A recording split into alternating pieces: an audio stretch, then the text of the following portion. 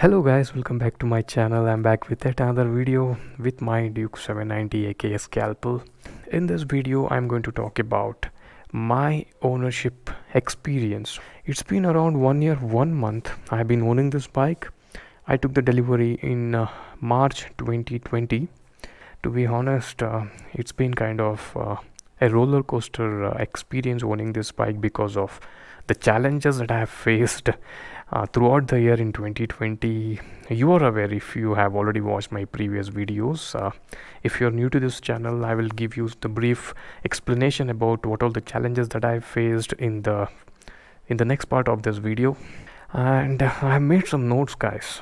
Look at the notes. I just wanted to talk about so many things. I wanted to cover all the points. Basically, in this video I'm going to talk from a common man's perspective. In this video I'm going to talk from a common man's perspective, like how much money it takes to maintain a high performance motorcycle, the superbike.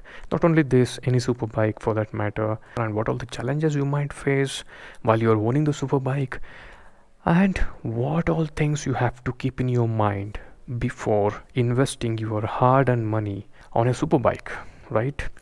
And I will cover all these points throughout the video in phases. Okay, now let me start with how many kilometers I have ridden so far. So far I have clocked 8,222 kilometers. For the last 1 year 1 month I have covered 8,222. It's a decent number. So even though my bike was parked in the service center warehouse for around 2 to 3 months because of no spare parts, in addition to that, it was parked in my house for around 3 to 4 weeks because of some challenges, some issues that I was facing because of the mistakes made by the service center guys. I will talk about that in the later part of this video. And that's the pain part owning a superbike. You will not find all the spare parts in the service center, guys, especially for the high performance motorcycle. These brands manage to sell these kind of bikes in small numbers. To be precise, there are only 100 Duke 790 sold in India. Only 100 bikes. This is one of them. Especially this Duke 790 was sold like the limited edition, since the numbers are very less. Not only this, so it's the same case with the other brands. They don't have all the spare parts in their warehouse. They will have the wear and tear parts, but the major spare parts they always get it procured from other country. Like if it's Japanese brand, they have to get it procured from Japan or from Thailand. If it's 790, they need to procure it from Austria. If it's Ducati, they need to procure it from Italy or some other country. So there is this dependency, and if we are going through this kind of crisis situation, COVID-19, then that's it, man. It takes more than 2 months, 3 months sometimes. So it's very hard, and that's one of the pain points owning a big bike. And now let me talk about the cost of maintenance. Okay, I will do one thing. I will explain each and every bit of it. I am going to cover each and every bit of the maintenance. I will put the detailed cost breakup information on the screen somewhere over here or there, so that you can refer how much it costs to maintain a superbike. First, let me talk about the mileage. In this bike, if I do hyper riding, I get around 15 to 17. If I cruise at a constant speed in the range of 80 to 120, the mileage that I get is around 20 to 21. But I have heard in the 790 forums where the other owners of this bike have told they are getting around 23, 24. Some people have told 25. So it depends on how you use this. So for me, average 18 to 20. It's a decent number, by the way, for this bike. The 790cc, 105 horsepower, 87 newton meter of torque. 18 to 20 is a decent number. Okay, that's the mileage part. Let me talk about the cost of the first service. It costed me around 11,000 rupees for the first service of this bike.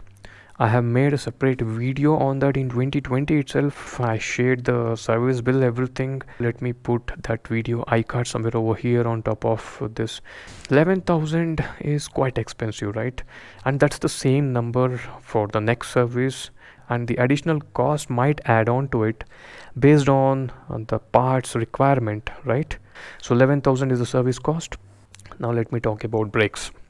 This kind of high performance motorcycles will come with dual disc plate in the front. As you can see over here, two disc plates and single disc plate in the rear. Here it is. So the brake pads for this particular bike is quite expensive. For two sets of brake pads for both the discs, it will cost 11,000 rupees, and for the rear it will cost 3,200 to 3,300. So far I have clocked 8,300 kilometers. I have looked at the life of this disc pad. I can use it for another 1 to 2,000 kilometers. I'm talking about the front. The rear disc pads I have already changed thrice, I think 3 times, no, 4 times, because of the problem that I was facing with the misalignment. I mean, I will talk about that part later. That was a mistake made by the service center guy. So I changed 4 set of disc pads, man, within 8,300 kilometers. So yeah, in general, in an average, the front disc pads you might have to change it in 8 to 10,000 kilometers in an average. And if you're doing some stoppies, a lot of stunts, too much of hard braking, hyper riding, then you might have to change it within 6 to 7,000 probably. And the rear brake pads you might have to change it in 8 to 9,000 kilometers. Again, it depends on the usage. If you are using the rear disc all the time, definitely you'll have to change it within 5,000 kilometers. If you are not using the rear disc pad all the time, so in the high performance motorcycle, what happens is most of the time we use the front brakes more than the rear brake. I only use the rear brake in city and in gravel roads if the road is not good. So let's take the average. Based on my riding style, I will have to change the front disc pads once in 9 to 10,000 kilometers, the rear disc pads once in 7 to 8,000 kilometers. So that's the average. And the cost, let me put it on the screen so that in the end we can add up all the cost and we'll get to the overall maintenance cost of a super bike. Then let me talk about the tires. Okay, so here comes the main topic of this video. Tires play the major role in handling. You should never ever go for cheaper tires. I'm telling you. If you find some local brand manufacturing 180 section tire and selling it for lower price with lot of discounts, don't fall for it, because I'm telling you, this bike is a hooligan. 87 Newton meter of torque. The moment you open the throttle, this bike flies. If you're going for the cheaper tires, the braking distance will increase, you will lose the traction in the tire, and it's very dangerous. It might slip in high speeds. So tire plays the major role to save your life. This tire is a stock tire. I haven't changed it. I'm literally surprised how come this is still alive. I can do another 1,500 to 2,000 kilometers. The other 790 owners have already changed the stock tires within 5,000 kilometers. This is the Maxxis tire. This is not a popular brand, man. KTM has done a lot of cost cutting on this bike. They should have given some Pirelli Supercorsa or some other good tires, but this is a decent tire. This does the job in street, but still I don't have 100% confidence to push the limits of this bike with this tire. So that's my honest feedback. Yes, now let me talk about the cost. If you see the front tire, it still has got a lot of life left in it. Look at the grooves. I can do another 6,000-7,000 kilometers with the front tires. But the problem is, if I replace the rear tire, I should replace the front tire as well. The thing is, the pattern should match this pattern, right? The grooves. I can't just replace one rear tire and go with this tire because while taking corners, it's not safe. You know what? We should always change both the tires at the same time. The cost of this kind of high performance motorcycle tires, it's somewhere around 30 to 40,000 rupees. It depends on the brand. This kind of bikes always come with 180 or 190 section. This is 180 section and the front tire is 120 section. So the cost is around 30 to 40,000 rupees. You should always choose the right tire for the right bike. You might have to change the tire once in 8 to 9,000 kilometers in average. Again, it depends on how you ride. Some of them have already changed within 5,000 kilometers, some have changed at 6,000 kilometers, but for me, I can still do another 1,500 kilometers in an average. 10,000 kilometers is the mileage of these tires. Okay, next point is insurance. See, I have seen nobody talks about the insurance, right? Insurance is the integral part of owning a big bike, and you need to be thoughtful before you choose the insurance company and the things, the add-ons that you're going to add to your overall insurance value, the IDV value, everything plays the major role. For these kind of bikes, the estimated insurance cost is around 12 to 20,000 rupees, man. While you choose the insurance, right, you have to choose the right insurance company. You have to get to know the background of that insurance company, the process, the claim process. Are you going to go through some challenges while claiming the insurance? You get that understanding from some other superbike owners, so who have been owning the superbikes for a longer period of time, so that they give you the insights and they give you the right recommendation. And make sure you always go with zero depreciation. Zero depreciation is nothing but almost 95% to 98% of the overall cost will be covered by the insurance company, and you have to just pay a small part of it. And if you're not going with the zero depreciation for a big bike, let me make you understand some important points. This indicator you're looking at itself will cost around 3,000 to 3,500 rupees. This mag wheel will cost more than 60,000 rupees. This tank assembly will cost 94,000 rupees. We have the list of all the spare parts of this bike. It is super expensive, I'm telling you. Well, if someone goes through a crash, if the estimation to fix the bike is around, let's assume, 6 lakhs. If you don't go with zero depreciation, what happens is insurance company would just cover 50 to 60% of it. That means in 6 lakhs, 50% means you have to pay the rest of the money. That's around 2.5 lakhs to 3 lakhs. You can buy a motorcycle for that money, right? So that's the tricky part. You just add the consumables, zero depreciation, whatever the additional features you have while you're taking the insurance, and always go for good IDV value, right? You have to maintain good IDV value because the spare parts are expensive. Spare parts of all these bikes is almost double the price of the actual price of this bike. That is how it is. Not only this bike, it's the same case for the other super bikes. That's the market. That's how companies operate in the market, because they need to procure in bits and pieces, and a lot of hidden charges, a lot of custom charges, shipment charges will get added up, and they're going to put all that cost on the customer. So that's how it is. Be wise enough to choose the right insurance company with all these features and go for the right insurance. If something goes wrong, boss, these kind of bikes will put a big hole in your pocket. Now the next point is the chain lube. See, most of the time I take my bike to get the chain lubed to a doctor in the sense to a mechanic, and I get the bike washed there. So I do this once in 500 kilometers. So I pay 400 to 500 rupees. And even if you buy one chain lube, right, you can do it twice or thrice, something like that, and you have to buy again the new chain lube. So the cost of lubing the chain is around, the estimation, 400 to 500 rupees once in 500 kilometers. Now you can multiply the cost of it, and which will add up to the maintenance of this bike. Now the next point is, okay, this is the critical point which is ignored by most of the people, especially the youth. When you're going to invest on a super bike, this bike's on-road price was 10,86,000 rupees when I planned to buy. Anyways, I got some discounts, and if you're planning to invest 10 lakhs or let's say 15 lakhs on a bike, that's your budget.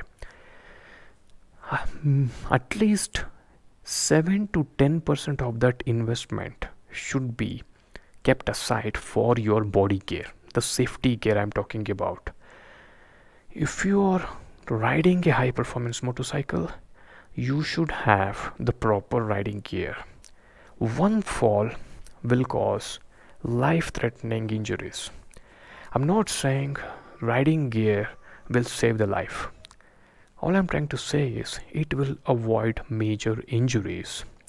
Sometimes, yes, it will even save your life, especially the helmet. So let's assume the investment that you are planning to make is around 15 lakhs on a superbike. That's your budget.